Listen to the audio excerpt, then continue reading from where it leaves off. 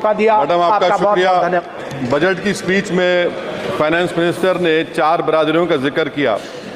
भारत की सबसे बड़ी अक़लियत मुसलमान है 17 करोड़। मैं हुकूमत से जानना चाहता हूं कि क्या 17 करोड़ मुसलमानों में गरीब नहीं है, नौजवान नहीं है, किसान नहीं है, ख़वातीन नहीं है?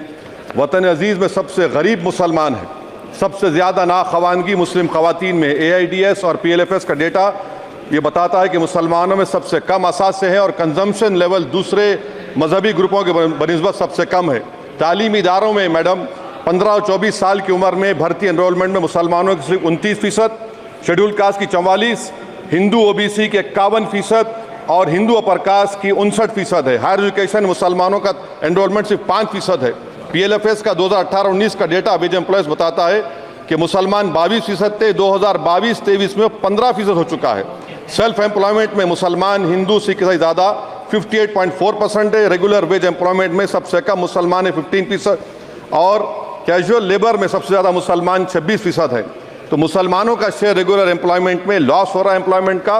मुसलमान नौजवानों को ना रोज़गार मिलता है, ना तालीम के मौक़े, ना हुकूमत उनको कोई तरबियत सहूलत दी जाती है। मैं मोदी हुकूमत को एक मुसलमानों का एक अछूत बना दिया है, ना कोई सियासी नुमाइंदगी है, ना मुल्क की तरक्की में इनका कोई हिस्सा दिया जा रहा है।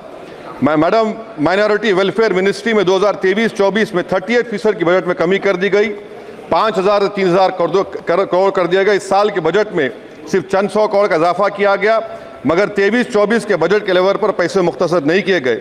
ये मोदी हुकूमत की बदनीयती और झूठा कमिटमेंट अक़लियतों के ताल्लुक से। तालीम के उस अक़लियती स्कॉलरशिप मैडम अक़लियतों के गरीब तलबा और तालिबात को जियाती रकम में कमी कर दी गई। 2019 में मोदी ने कहा था कि 1 करोड़ स्कॉलरशिप दिए जाएंगे, अब सिर्फ 58 लाख दिए जा रहे हैं। 47% अक़लियती एप्लीकेंट्स को हर साल स्कॉलरशिप से महरूम कर दिया जा रहा है।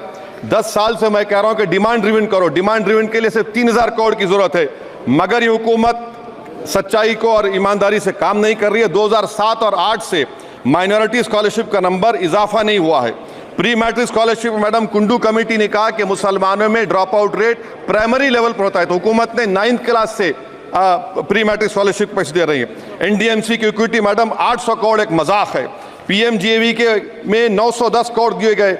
सारी दुनिया जानती है कि जहां मुसलमान बसता है गांव में, शहर में, वो अंडर डेवलप एरिया है और आप मजाक करें ऊंट के मुंह में जीरा देकर। हज में 97 करोड़। हज कमेटी एक रिश्वत का मरकज बन चुका है।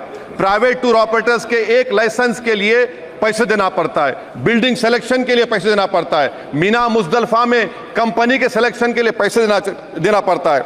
मैं हुकूमत से मुतालबा करता हूं कि ख़त्म किया जाए और CBI से इंक्वायरी करवाई जाए।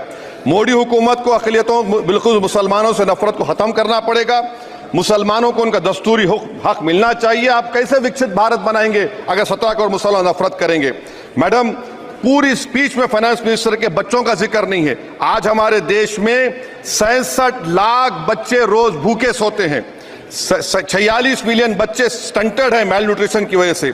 25 मिलियन बच्चे वेस्टेड हैं। मासूम बच्चों की यह बदकिस्मती और बदबख्ती है कि एक शख्स चाय बेचकर वजीर आजम बन गया।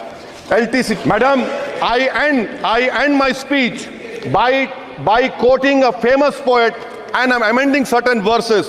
133 करोड़ इंसानों जिंदगी से बेगानों, सिर्फ हुक्मरानों ने हक तुम्हारा छीना है। खाक ऐसे जीने पर यह भी कोई जीना है।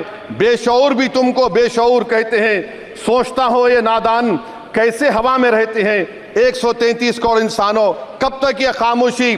चलते फिरते जिंदानों, गरीब ख्वातीन, नौजवानों, किसानों से रोने की सदाएं आती हैं। जब शबाब पर आकर खेत लहलाता है, किसके नैन रोते हैं, कौन मुस्कुराता है?